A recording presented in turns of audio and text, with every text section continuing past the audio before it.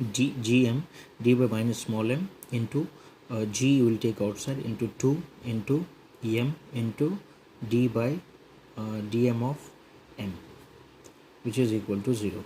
So this become 1, this become 1, we'll be getting g capital M minus 2g into small m is equals to 0. So g into capital M is equals to 2gm.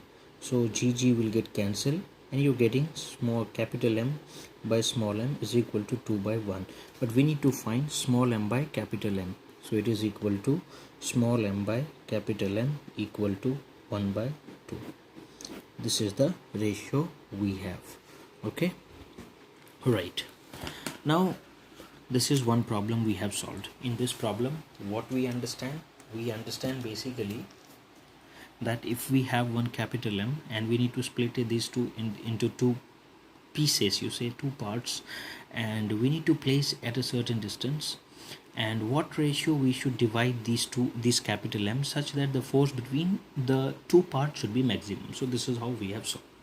Now second problem, we are going to discuss one more type of problem. The problem number, we have three uniform spheres each having a mass capital M and radius a are kept in such a way that each touches the other two. Means we have three spheres. This is one sphere, this is one sphere, and this is another sphere. Mass M, okay, mass M, okay, radius A, so radius A, radius A, and radius A, right. We'll join these two in this way. Okay, so A, this is A, okay. Now we placed in such a way that each touches the two others. So this touching these two, this touching these two, this touching these two. Now we need to find the magnitude of the gravitational force on any of the sphere due to other two. Let us say this is first sphere, this is second sphere, this is third sphere. So what we need to find? We need to find the net force at any one sphere. At any one sphere, let us say this is first sphere, so let us choose this. As you know, this is sphere, so it is the property for spherical bodies, we need to treat it as a point. Okay, so this is one point. Let's say this is number 1, this is another number 2, this is another, this is number 3. This way we can make a diagram. Now this is 2a. Why? Because AA, this is also 2a and this is also 2a. Okay, now we need to understand the one thing we need to understand here first is this is equilateral triangle. Let us say we need to find net force at this point. Mass is m, mass is m, and mass is m. So at 1, by superposition principle, two forces will act because of 2 and because of 3. So we need to find force because of 3 on 1 will be attractive, so it will go like this. Let us say like this, okay, and name it as F13 because of 3 on 1. Similarly, because of 2, the force will go in this way. This is F12. These two are inclined to each other, so we can say the resultant force will be like this, right, by parallelogram law. So we need to find this F net force. F net can be obtained by using parallelogram law. What is parallelogram law?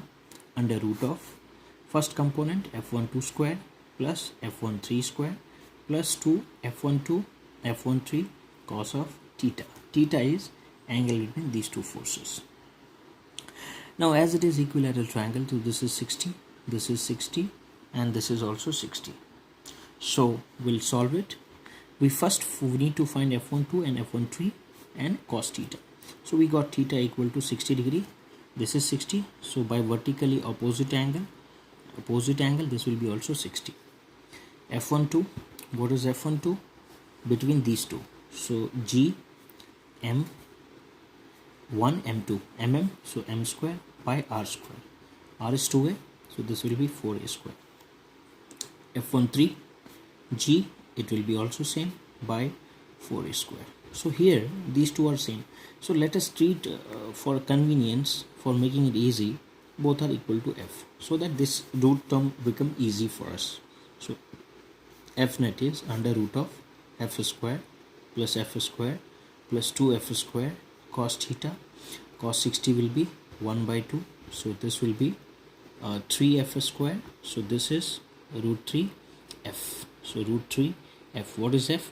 F is this, so it is g m square by 4a square. So what is the net force experienced by one sphere because of 2?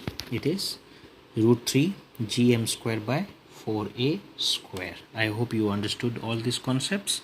Thank you, and in coming video I'll take some more applications of this gravitational force, as well as day by day we will see more number of topics. Thank you once again to all of you, and happily study and use this time of lockdown. Thank you.